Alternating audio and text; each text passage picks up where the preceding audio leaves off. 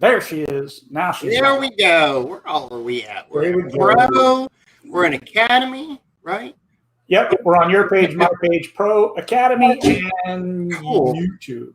Awesome. Important to build a business to sell, even if you don't intend to sell.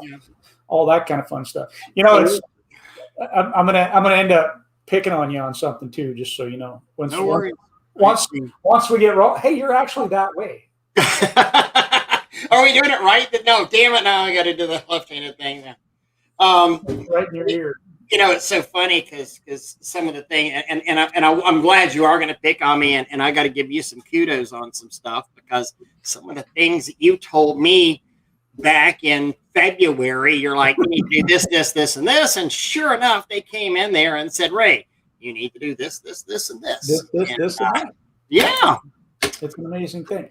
So I know we're just getting started. Only got like 16, 17 people on here. But, you know, last week, I want this is where I'm going to pick on you for the first moment. Last week, you said there were 4 elements, right? 4 elements to selling your business. Do you remember what those 4 elements were? You'll have to refresh. My week has been a blur, so refresh. So we were talking about. Let me see if I can get this correct. So you said not the 4 elements of the sale. You said who has started from scratch, built a business, scaled the business, and sold the business. Right? Those were the 4 things. Right. So now I'm going to ask you a question. Okay. That question is, and because to my knowledge, there's only one person that's done this. Okay, one. So 2, I believe Brennan Williams. No. You gotta listen to my questions first. Okay. Those aren't my 4 questions. I have a 5th question. Okay. Okay. Who has started from scratch, built a business, scaled a business? Now you got to wait for the 5th one. Sold the business and is a big fat copycat.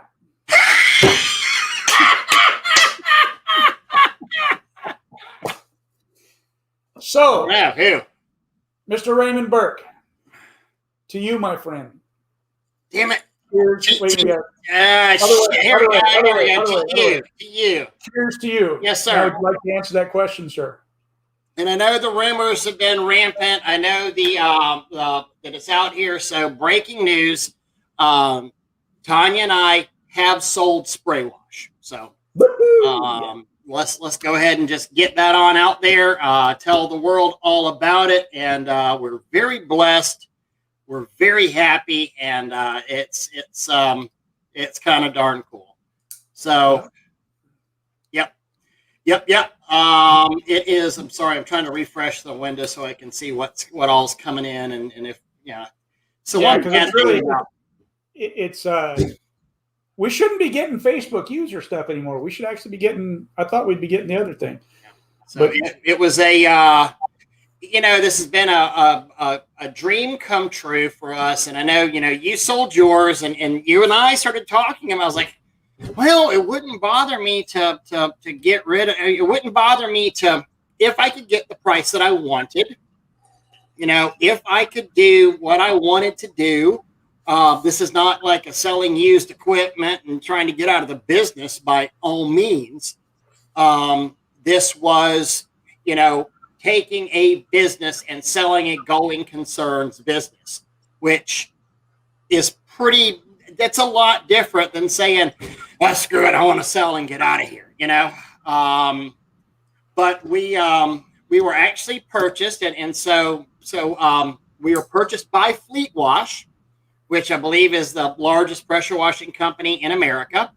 They recently purchased how many businesses? A lot. Like 121 businesses. Yeah, they've really been at it. We are working under the Crystal Clean division out of Jacksonville. Crystal Clean was 10 times the size of me in Jacksonville. So, Tim. I love you, Tim. Gosh, I don't know. But I'll tell you when I come up for air. So Crystal Clean out of Jacksonville will be in their division, and it works out real well because they already come over to South Georgia. They come to Tallahassee for large projects. So we essentially become a branch office and developing westward market for them. Just, real excited about that. We are blessed. And if anybody wants to reach out to me, I know that they are aggressively going after the right kinds of companies, and that's kind of what we want to talk about tonight. Y'all feel free to holler out at me and send me a message, on Facebook if this is something you've ever considered doing. But keep in mind, if you're a dude with a truck who writes all your receipts down, on the back of a piece of paper, that's not running your business like a business. And that's why we harp on running your business like a business. So very much so. It's what we talk about in Pro. It's what we talk about in the Academy. And again, if you want to be the guy who kicks around and does this, more power to you. But if you really think you're going to have a retirement policy, if you're going to have a nest egg that you could retire on, it's not going to happen if you're not running your business like a business.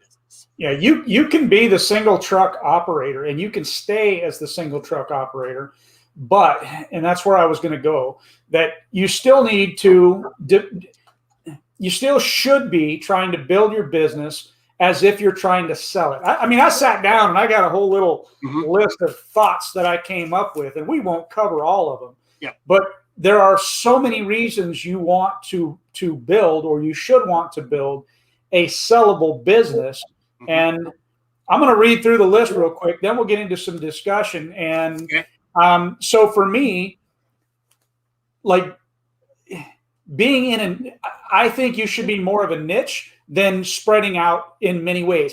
Even what Scott said last week is that he is very diversified, but he breaks off into different businesses, if you would, because if you get too far out there, it's going to be harder for a business to pick you up. So we're getting all, I want to go through and then I'll get off that.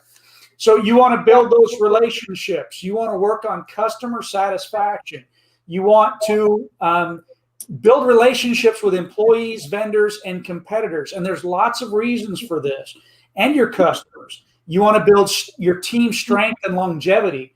You need to know your numbers, what we talked about last week, what it costs to run a truck, advertise, toilet paper, fuel. Reduce your need for others, including yourself in your business. And there's lots of reasons for this, like having somebody who's a mechanic on board if you're not if you're the one that normally takes care of it. Yeah, hire out your weaknesses. Hire out your weaknesses. Where your business comes from. You need to groom a leader, right? Something, because what do you do if something happens to you? And you need to look at your growth potential, okay? A lot of different things. Do you have a stable history? Okay, all of these are going to affect you, even if you are a single truck operator. Yeah. Your financial performance, your turnover, how many clients you have. Ray and I are definitely going to talk about this, how many clients you have, because I've talked to guys, I got 3 main clients or 2 main clients. Yeah. And we're going to discuss why that's not a good thing. That's not necessarily, that's not necessarily a great thing. And sometimes, I mean, it's really not. In fact, part of, let me let's go for that. Interject here. Yeah. Part of without getting too specific with disclosures in the agreement that I signed, there was verbiage in there that actually said we guarantee that not more than X% of our business base comes from one customer. Mm-hmm. That was a concern of them, because if you lose that customer, let's say if 25% of your business came from one person, that obviously could be a real problem on there for them. And that's not only a problem if you run 5 trucks, you run 50 trucks, or you run 1 truck. You have to think about it. If you only have really that 1 big client or 2 big clients, and you happen to lose that 1 big client or those 2 big clients, is there enough for you to to keep yourself in business after that. And I just put this up if here. you guys don't mind, share this out and let's get it out there. Tommy, and we will sit here and talk about this in a little bit. And if anybody wants to share this live stream in any of the groups, because it's pretty awesome news. I mean, I know it's life-changing news for me.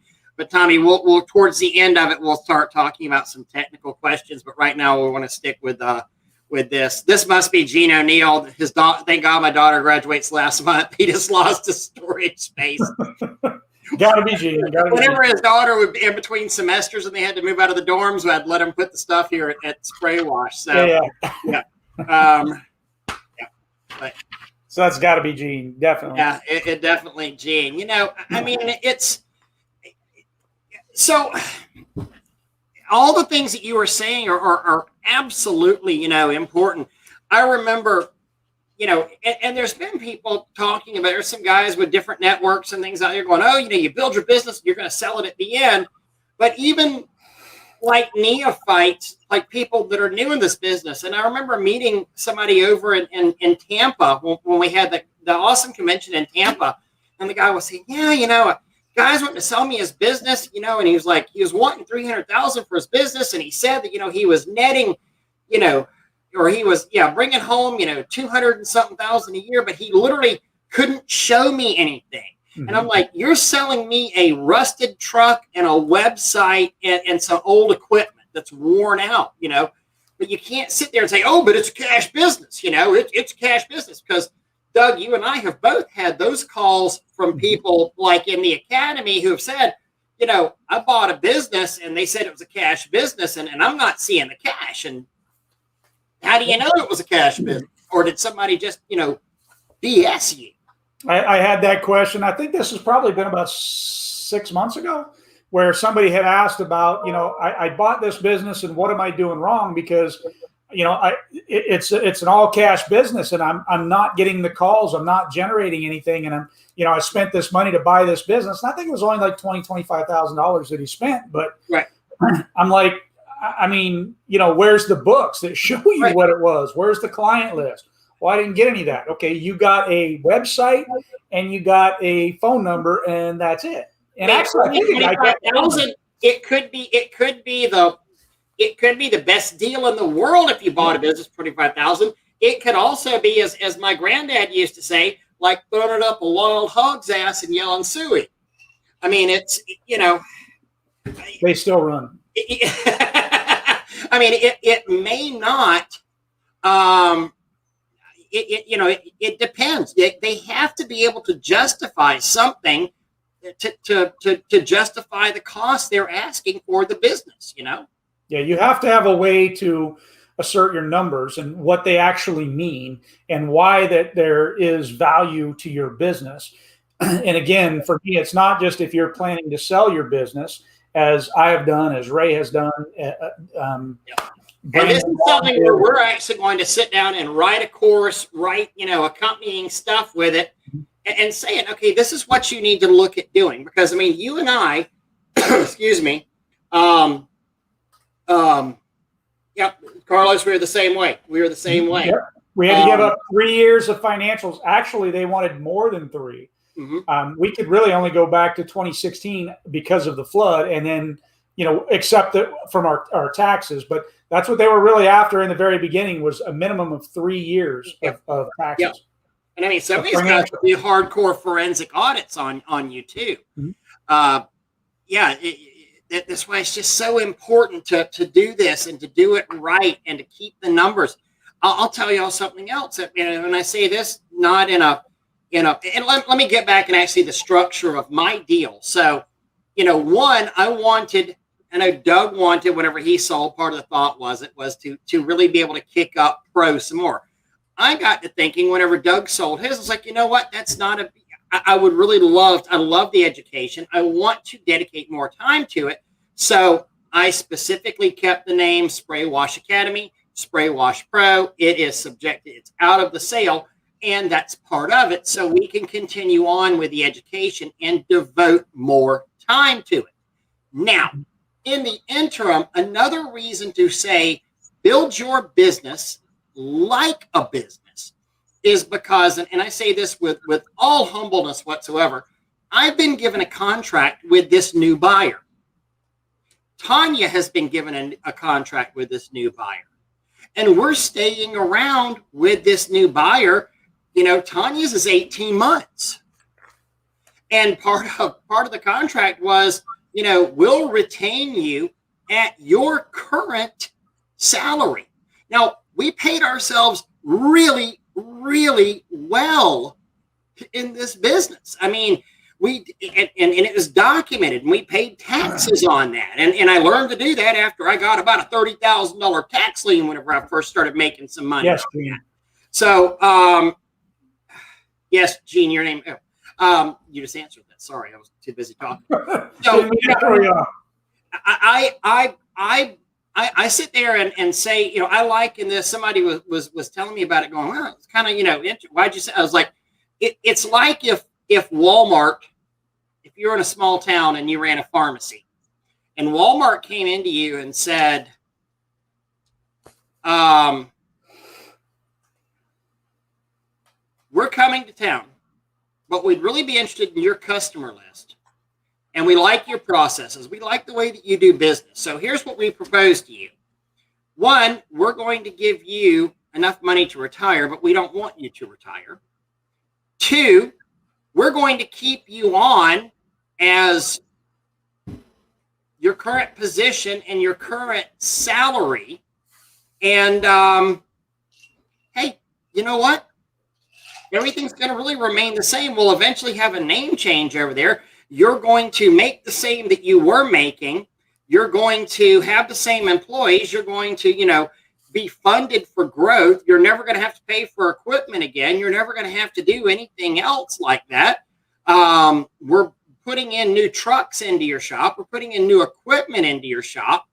And how about that? Are you interested in this? And I'm 51 years old. Whenever I do eventually, you know, decide to retire, my retirement is now funded and funded really well. So I'm thrilled about that. So that's part of the reason. Another reason we say run your business like a business. Pay yourself a salary. Don't just keep the scraps that are left over. Don't sit there and say, you know, why do so many restaurants go out of business? Because the manager of the small restaurants sits there and says, oh man, we had a good day today. I made $2,000.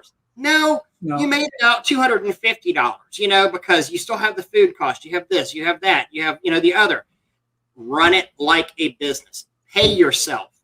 Pay yourself through the business. Chet, absolutely. I like this one a lot. It's absolutely true. If you cannot attract a strong potential buyer, again, we're not saying that you absolutely need to look at selling your business in the future. It doesn't have to be about selling your business, but putting yourself in the position to be able to sell your business is just about building the business correctly. And just like Chet's saying here, if you can't attract a strong potential buyer, you're not going to be able to attract a strong potential employee. It is all relative. And that's what makes you strong in business, even if you do not intend to sell your business. 100%. 100%. Baz is saying, you know, what's my responsibility? My responsibility on the contract is I am technically a consultant. Tanya is technically a consultant. You know, I don't, you know, I'm a consultant to it. Eventually they'll install new management over here. They would like Tanya to go back and sell for them. Eventually, I think they wrote Tanya in because I think they think she's a lot smarter than you. I mean, she just you think? Yeah. You know, yeah, and you know, but yeah, my responsibilities are to do the things that make the business run and be successful. You know, something else I'd like to point out, that if you think that whenever you're selling to a major going concern, like, so Doug, your deal, I'm backwards. I'm usually on the other side. Your deal was you sold to a private individual, right? I sold to a very large company. So my company said, we want to prove out. We want, your accounts are going to have to prove out that your accounts are real. So it wasn't like they just said, okay, here's 7 figures, take it. I mean, we have a structured, payout schedule of that. We have to show that our accounts are real and will stick with us as well. So, that's a very important thing to understand there. Because, I mean, most likely, I think you kind of got that golden egg thing where you got a huge payout and then you had to stick around for a short time to help. Yeah, I have the same thing where I have a specific time that I had to stick with him. And to this day, I go over whenever he calls or whenever he needs something or, and I can say he's a pretty smart guy and he went through the financials really well. He had a, lawyer thing and a, accountant go through everything to make sure everything is what it was supposed to be. And it was also different than yours because him and I were able to physically sit and talk and meet and understand each other and, build a relationship with each other. We definitely have a relationship. I like the guy a lot. Yep. MTH is saying non-compete. Absolutely. I have a non-compete. I even had somebody, I have a worldwide non-compete. That's kind of the funny part. I had somebody call me 2 days ago and they said, Ray, would you come down? I've got a very large hospital. I come down and do this hospital with me. And I was like, I can't, I literally can't. As much as I'd like to, and that's fun work for me, I cannot do it because I told him kind of early that he knew. So, I can't do it, I didn't want to blow him off. So Gene has done 400 a week for 18 years. And I'm really thinking that's probably $396 a week because that would be $4 $99 jobs. Yeah. So probably 400 is a stretch out there. And that to me, I mean, I did that back in my earlier days as well. I would pay myself very little. And then once I started really thinking, and I still I didn't pay myself enough. I paid myself, I ended up paying myself $25 an hour and I paid myself 40 hours a week. That was it. Right. So I had myself on the books as only making $1,200 a week. And that was it. For me personally, and that's the wrong way to go about it. Realistically, I should have been paying myself more. Yeah. Well, Tanya and I pay ourselves about $40 an hour is what we've paid ourselves. And then, obviously when at times, and I'm not going to sit here and say, every week's sunshine, lollipops and roses, because, there's some weeks where you're still sitting there going, this sucks a little bit, and we'll only take, if we've got a $25,000 payroll, for a 2-week period, we would go and cut back and say, we're only going to pay ourselves 20 hours this week. Now, the next week, I may wind up, or the next bi-weekly period, I may wind up catching up on that. But that's why I never set myself on a salary either. So if I wanted to, I could up or down what I got paid for that week very simply by saying I worked more hours or I worked less hours if I needed more cash in the bank. And that's another thing that's important to do if you're building a business is to find that level that you need in your bank account, whether it's $5,000, $10,000, $100,000. I used to keep about $120,000, $130,000 in the bank just because I needed to make sure I could hit payroll levels and I could do all this kind of stuff. So, if you're doing a $50,000 project, like I said, you do something for this. They're not exactly going, they're not giving you cash at the end of the job. Hey, man, good job. Thanks, for this $50,000 thing. That's interesting. I want to talk about this comment here. Yeah, because go ahead. No, after you, sir. Because I'm still working full time, I'm not paying myself out of my business. I'm just reinvesting every cent I can afford. I'm going to give you this. I disagree with you on that. Although I agree with what you're doing, I disagree with you. You should pay yourself something. You should set because look, I did the same thing, except I did pay myself, but I reinvested everything. Just like I'm saying right now, in the end, right, I paid myself $25 an hour, 40 hours a week. That was it. Everything else was reinvested or built up the other side. Ray, what's your thoughts on that? That's where that book like Profit First would be a big help there. I would look into that book Profit First and put everything in its own pigeonhole and pay yourself the profit, pay yourself the repairs, pay yourself the taxes, pay yourself, the helpers, and really start breaking a point, because I mean, you've been doing this long enough, you can kind of figure out your budget. And find that, what you gotta. I don't know who that Facebook user is. I'm guessing his initials might be JD. Al just said, pay yourself, 20 to 30 or 20-30% pay yourself. Maybe, if you're the single owner operator or working out of your house and you've got that 50-60%, profit margin. Yeah, probably so. I mean, we haven't operated at that profit margin for a long time, because as you grow, you incur more expenses. That's. If I paid myself 30% of the, there would be no money left. I mean, there's no money left to build the business at that point. At the level that when you get to a certain level and your profit margins aren't as high. Mm-hmm. Absolutely. That's something everybody needs to understand whenever you talk about scaling your business. And absolutely, I mean, this thing has a hey Tommy, what's going on, Bubba? This business has a profit margin of 75-80% whenever it's you running around with a trailer and working. But then you start adding on employees, you're dipping down to 70-75%. You put on 2 rigs working out of your garage, you're probably down at 60% or so. You start getting office space and really kicking up your insurance minimums and all that, you're down to 50-45% profit.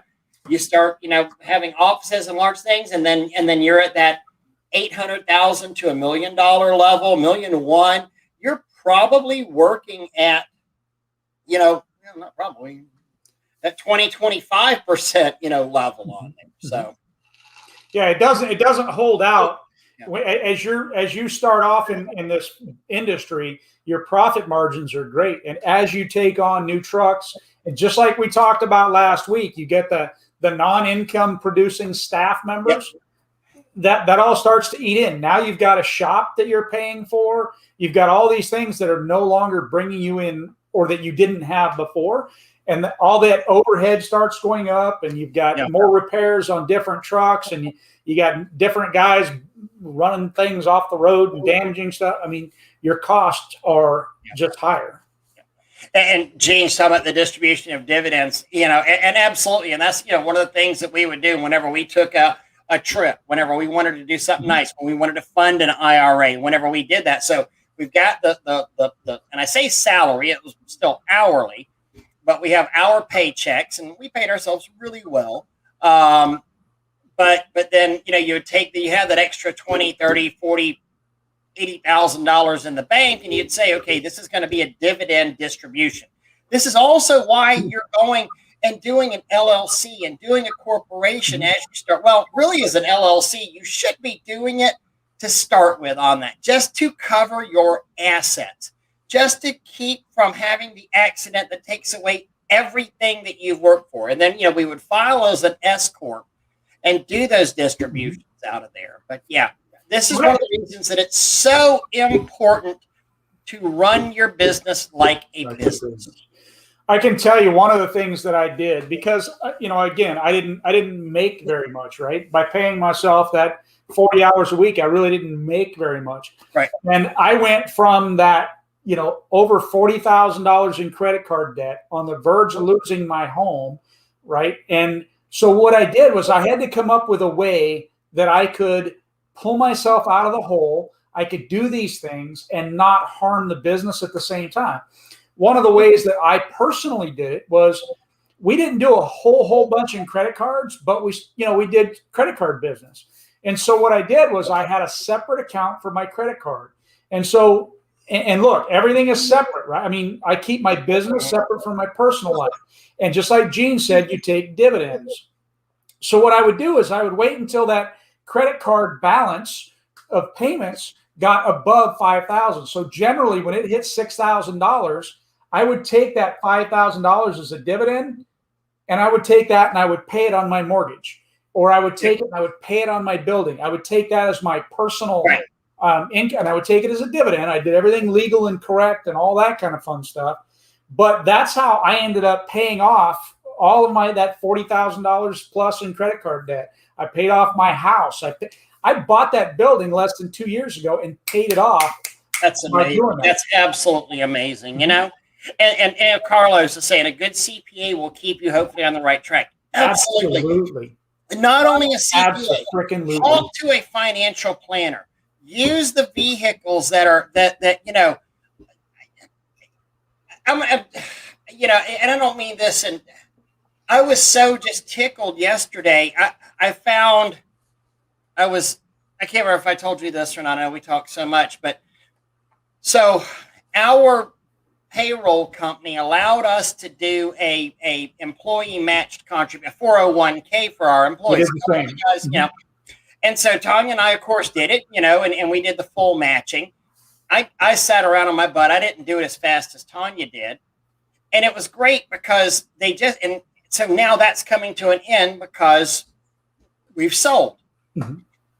Never paid a moment's worth of attention to those accounts whatsoever right there, because can't touch them till they're 401ks, can't touch them till 59 and a half, which she's a lot closer to that than I. She's gonna hit me for that one. No, but so going in there and not closing them out because they're going to stay, you know, in perpetuity, keep going on until we drain them at the right time. But it was like you start taking these little percentages out and go into your business account and get an automatic debit or automatic draft into a savings account. Get an automatic into a 401k or something. But it was like putting on a jacket that I hadn't worn since last year and reaching into the pocket and going, wow, here's a stack of money. And it was a stack of money close to six figures. That's kind of cool to find, you know, that you hadn't even thought about. Hey, and Al, I want to go and touch on something about paying yourself too. I want to tell you guys another thing that I personally did. Okay. And it was a tremendous help for me at the end of the year. Okay. So what happens at the end of the year? You got this tax bill, right? If you haven't been paying your taxes correctly or all that, you know, and you get to the end and yeah, I mean, I'm very guilty. I got a $30,000 lien against me a few years ago, you know, that we've paid off. I mean, because. So one of the things I'm going to encourage you to do, Al, when in talking about this and paying yourself, right? I think you were the one that said that, is one of the things that I did personally is I paid myself again, $25 an hour, 40 hours a week, but I also had the payroll company take $600 per paycheck, so $600 a week, out in additional taxes, not just the taxes, but in additional taxes. And then when I realized, well, that's not quite enough, I had them take out even more. So I was really making pennies every single month, just to be honest with you. But that's how I got to that point of paying everything off and knocking everything down and being able to be in a freedom position, you know, in just a few short years, really. Yeah, absolutely. I mean, debt is a major, major, major killer. And we've been very good ourselves about, you know me, I did not, I bought used trucks. I bought all my equipment for cash, and I did this, you know, as soon as I was able to. Of course, I had to finance some stuff early on, but yeah, I didn't want to go broke twice in my life. So, and I went broke 3 times, really. So I've only been broke twice. You're another when I started and when I finished. So there you go. Well, no, I'll take that back. I went broke twice, but I lost virtually everything 3 times. So, right. Because the flood, I didn't go broke, but I lost everything. You just lost everything. Yeah, absolutely. Anyhow, those things happen. So there's that. I want to look at the list here. Also, you need to be able to have the ability to raise your prices. And in building your business correctly, in building it like a business, people are going to understand that if you have a pricing structure, that is something that to me is also very important, to make sure that you know how you're going to charge, what you're going to charge.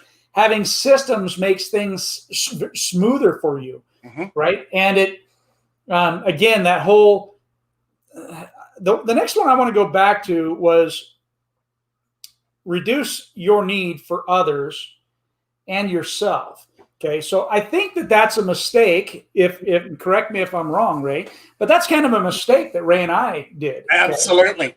We didn't put ourselves in a position around me. Yeah, everything pretty much revolved around us, which makes it harder to sell your business. And look, even if you have no intention of ever selling your business, not that it makes it harder just to sell your business, it makes it harder for you to enjoy your life. Right. Outside of that business, right? Because I had a buyer approach me, and he said, heard you were thinking about, and this is a group that buys a lot of businesses, and people probably know who I'm talking about.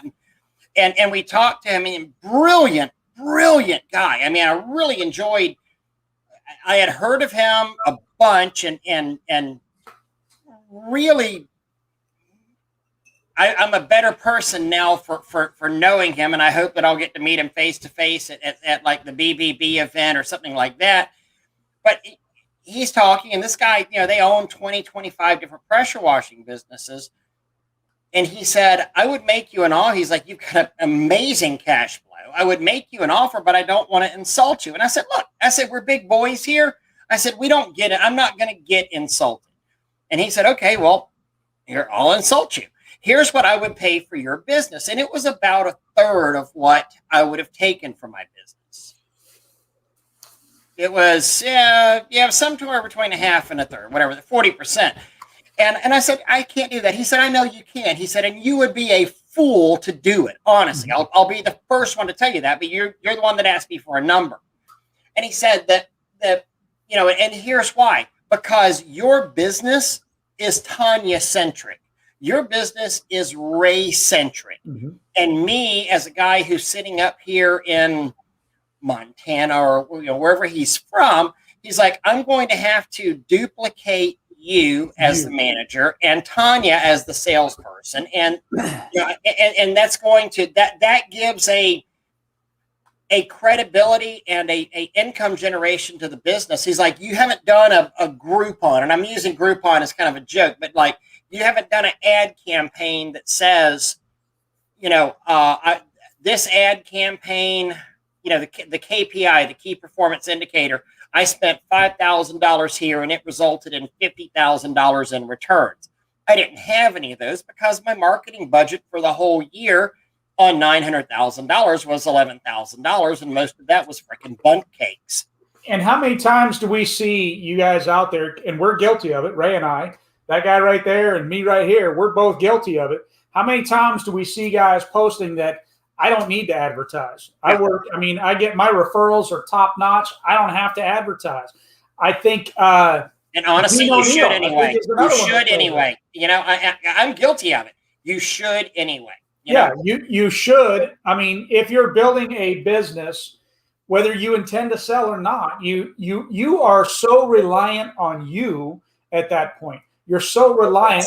Ray was so reliant on him and Tanya that there is no bit. Let's say, for example, that they got, God forbid, into a car accident one day. Yeah. Their business is virtually, I don't want to say it's nothing. But you're right. Business, Tanya and I were laughing, and we actually had our wills written out, and we were going somewhere. You know what? It was whenever I was doing the big sanitizing thing with Paul, and we were working, and I said, gosh, what if something happens? We need to get this taken care of, I said, I'm driving 5,000 miles with a crazy man, and, let's get our wills done. And we laughed, and we're like, well, the irony is if we die, this business is dead anyway. And I actually, Doug, you and Tim Aselton. Tim, I cannot. I keep pointing back, but I finally got it. I got it. You're over there. And Tim Aselton, were some of the executors of my estate because I knew that you could handle the pro and the academy, and I knew that Tim could step in and he would not want to come back to work, but he could handle the spray wash side of things on there. So don't insult him by using his name and work at the same time. Don't do that. Carlos is saying, don't tiptoe around and raising your prices. Today, it's every industry is exactly. Mm-hmm. We've seen commodities go just absolutely crazy. Don't be ashamed of raising your prices. Mm-hmm. I've had people going, well, gosh, you've done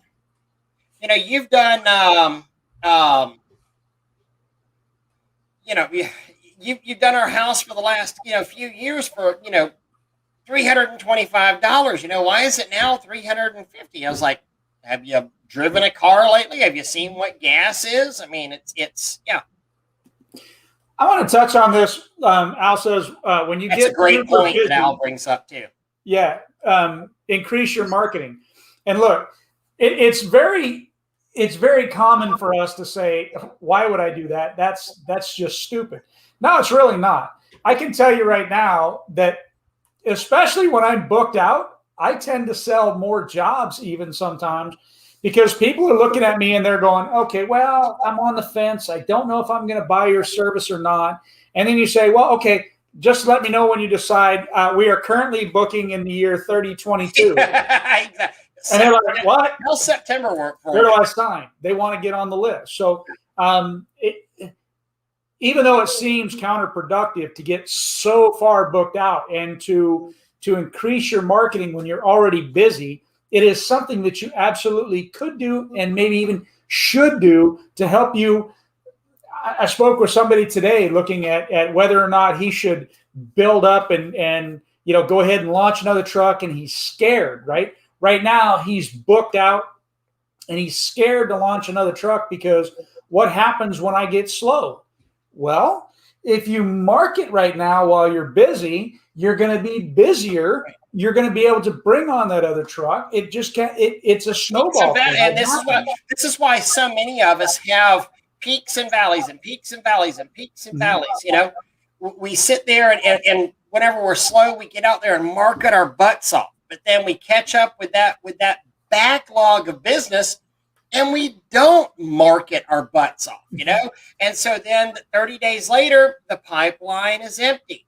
And so then we start marketing our butts off, and the pipeline fills up. Mm-hmm.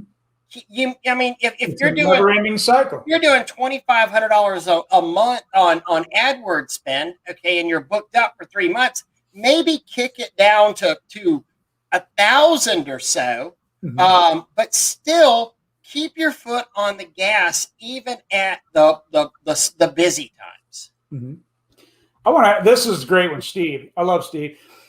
Steve Sally says you get more comfortable with no on a sales call when your phone is ringing. And what he's saying here is you're on the phone, your other line is ringing, this person's saying no, you definitely become more comfortable, and your confidence is exuded on. I mean, they hear that, they see it. Jamal last week, Jamal said in Pittsburgh, when we went to York, PA, one of the things that I talked about with Jamal was that he was like, all sheepish and shy and all this. And I'm like, dude, hit them people. Right. If you exude that confidence, they understand it, they hear it. And just like he's saying, you become more comfortable, and that comfort is part of that that feeling that you give to them that they understand. And now you get more business just by being confident in what you do. I laugh about it, and we call it the dilly gaff, the dilly gaff pricing, and for those of y'all, it doesn't look like I give up blank. Dilly gaff pricing. I'm going to share this like right now. Even though I've sold my business, I've I could hit that thing on cruise control and just chill out for a while. I'm going to show this. I'm going to share this screen with you real quick. Here's House Call Pro, which we'll be moving away from. I just went and did a search for. You're not sharing it yet. Let me. Oh, I'm going to. Is it share? Share here. Share screen. Share screen. This one right here. I mean, so here I am at May 20th right here. I just searched. You can see 5/1 to 5/31. We've done $127,000 in estimates, just so far for 20 days into this month.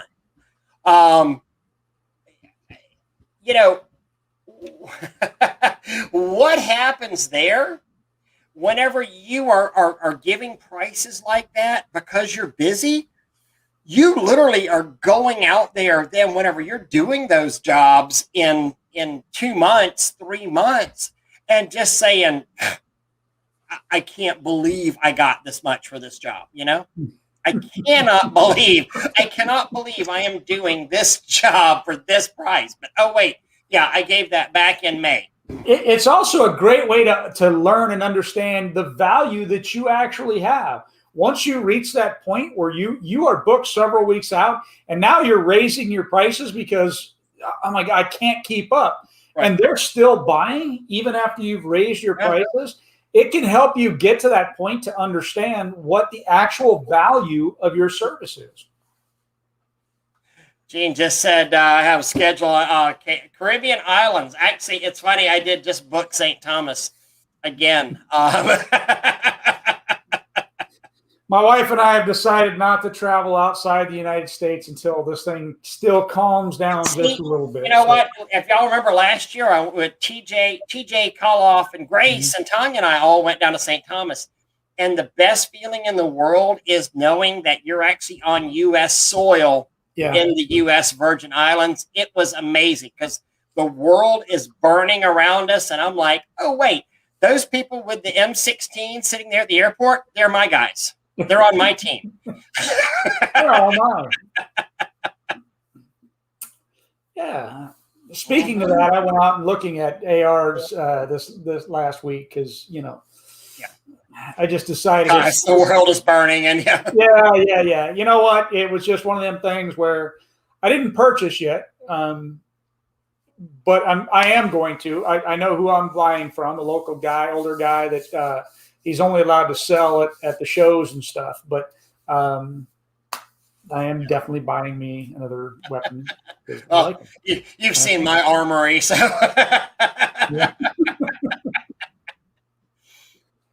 Well, that's what this is here. I had a special holster made, and I like this because it's got the, how do I go there? It's got the paddle to it, right. So it fits in a little bit better, and so I had that one. They were selling them at the show, and I liked it, and it's really comfortable. It fits really well, rides really well, all that kind of fun stuff. So, we've now just pissed off all the Canadians watching. Sorry. Such is life. We get a little bit off subject. We are going to try to end this in about 9 minutes, just so y'all know, because we want to make sure Guyman's got his thing, and we don't want to interfere there. So, let's recap on something. Okay. So the recap is, for anybody that maybe hasn't heard, which I'm sure everybody has heard and understood, we now have only one person in this industry who has started from scratch, built a business, scaled a business, sold the business because he's a big fat copycat.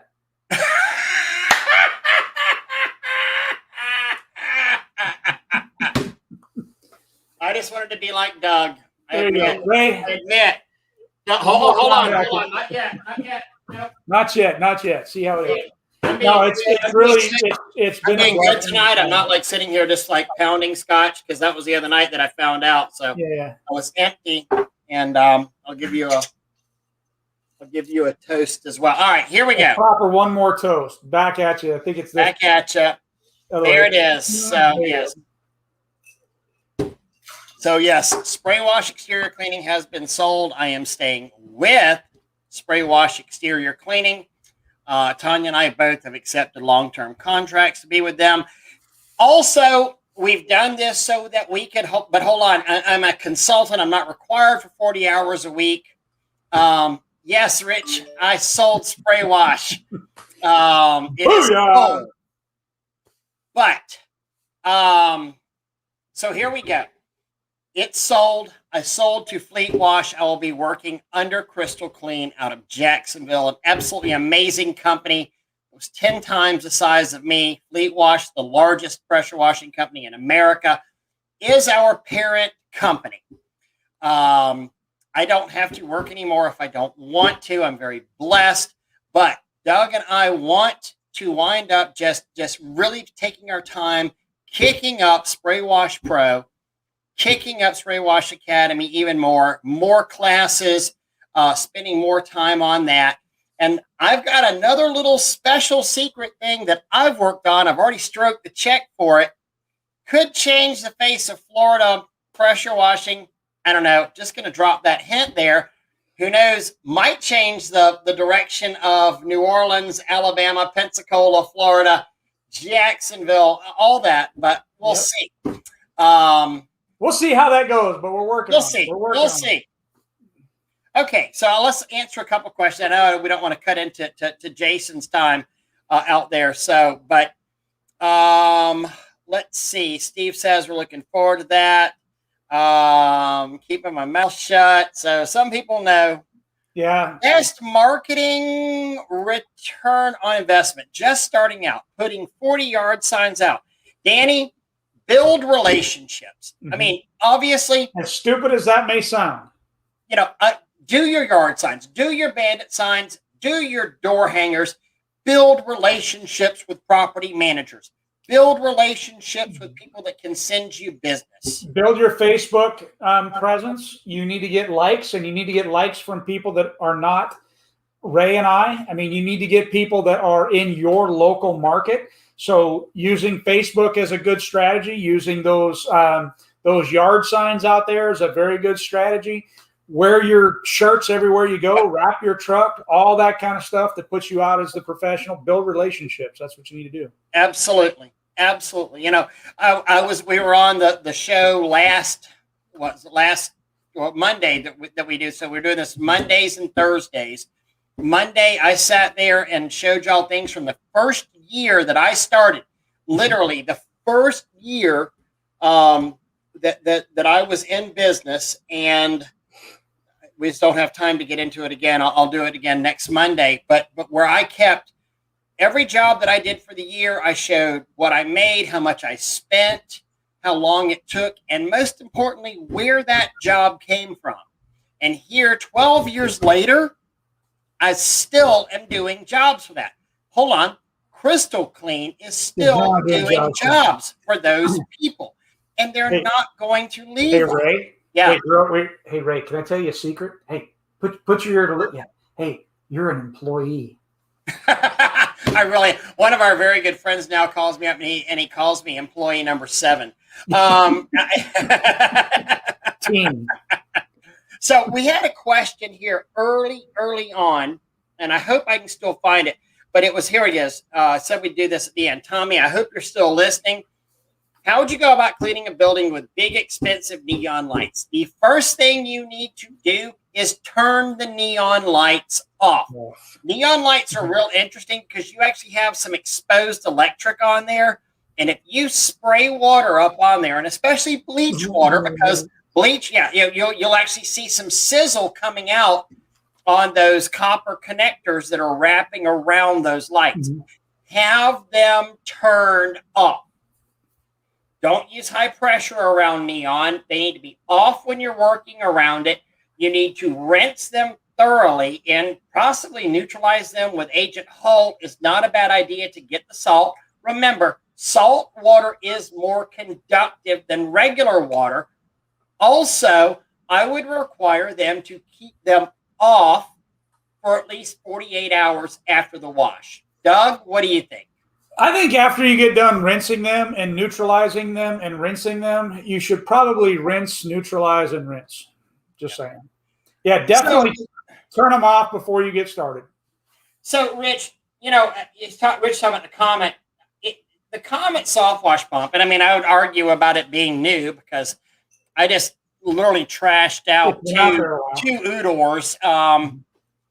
That was where I told you, earlier things that you had said, because whenever you came to the office in February, you're like, Ray, clean this shit up and get rid of all this old stuff.